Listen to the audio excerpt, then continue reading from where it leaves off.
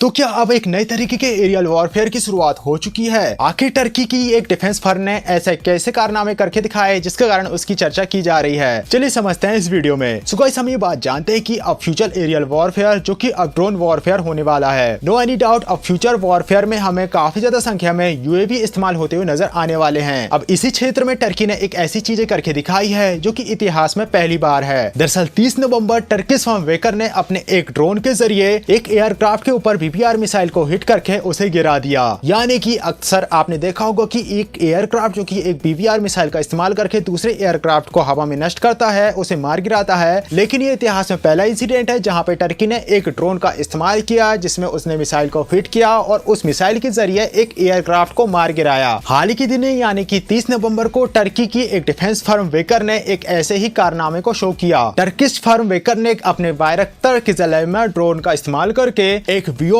Visual range missile यानी VVR missile का इस्तेमाल करके एक जेट पावर फाइटर जेट को मार गिराया। नो एनी डाउट, ये यूएवी के इतिहास की एक पहली घटना है जहां पे दुनिया ने इसके कारनामे को देखा। इस ट्रायल के दौरान बताया जा रहा है कि इस ट्रायल के दौरान ये टर्किश यूएवी ने अपने पूरे किल चेन को खुद से ही परफॉर्म किया। यानी कि यूएवी जिसे फ्लाई किया जाता है वो अपने आप से टारगेट को पहचानता है, उसे अपनी मिसाइल से लॉक करता है और उसे नष्ट करके वापस से लैंड करता है। ये सारी चीजें यूएवी खुद से करता है। इसी के अलावा जो इसमें मिसाइल की इस्तेमाल की गई है वीवीआर मिसाइल, ये टर्की की खुद की मिसाइल है। इसी के अलावा टारगेट को आइडेंटिफाई करने के लिए यूएवी में जिस रडार का इस्तेमाल किया गया है वह है मुराद 100 ASR रडार। इसी के अलावा इस ट्रायल के दौरान इस यूएवी के साथ 5 F-16 फाइटर को भी इंटीग्रेट किया गया, यानी कि यहाँ पे मैन अनमैन टीमिंग का इस्तेमाल किया गया। नो एनी डाउट, ये टर्की के लिए काफी बड़ी अचीवमेंट है क्योंकि अभी तक तो हमने UAV air to ground missile में इस्तेमाल होते हुए नजर आए हैं और ये फर्स्ट टाइम है जहाँ पे ट्रायल के दौरान air to air combat fight हमें देखने को मिली। इसी के अलावा अगर हम बात करें यहाँ पे इस्तेमाल हुए बायरक्तर किजलैमा यूएवी की, जहाँ पे इसकी लेंथ 14.5 मीटर्स बताई जाती है, जहाँ पे बताया जा रहा है कि ये हमें 3 अलग अलग वर्जन में नजर आता है जो कि है सबसोनिक, ट्रांससोनिक और सुपरसोनिक वर्जन। इसी के अलावा इसकी कैपेबिलिटी में बताया जाता है कि इसमें हम वीबीआर मिसाइल की जगह पर लॉन्ग रेंज के लेजर गाइडेड मिसाइल का भी इस्तेमाल करेंगे। इसी के अलावा इसकी कैपेबिलिटी में बताया जाता है कि इसमें वीबीआर मिसाइल के अलावा लेजर गाइडेड वेपन सिस्टम और लॉन्ग रेंज क्रूज मिसाइल का भी इस्तेमाल किया जा सकता है। इसी के अलावा इसकी पेलोड कैपेसिटी 105,000 किलोग्राम की बताई जाती है। इसी के अलावा इसकी रफ्तार 0.6 मैक की स्पीड बताई जाती है। ये 25,000 फीट की ऊंचाई पे ऑपरेशन को परफॉर्म कर सकता है। इसी के अलावा इसका इंड्योरेंस टाइम 3 घंटे से ज्यादा का बताया जाता है। इसी के अलावा कंपनी का दावा है कि जो उनका यूएवी है वो काफी अच्छे से मैन्यूवर कर सकता है, यानी कि दुश्मन को भी चकमा देने में कामयाब है। सो गाइस, आपका क्या ओपिनियन है? क्या भारत को भी इससे सीख नहीं लेनी चाहिए? जहाँ पे वर्ल्ड मैन अनमैन वॉरफेयर में काफी आगे बढ़ते हुए नजर आ रहा है, जहाँ पे टर्की ने न केवल अपने यूएवी को डेवलप किया, उसके जरिए एयर में फाइटर जेट को नेस्तनाबूद करके वर्ल्ड को दिखाया भी है। वही हम जो अपने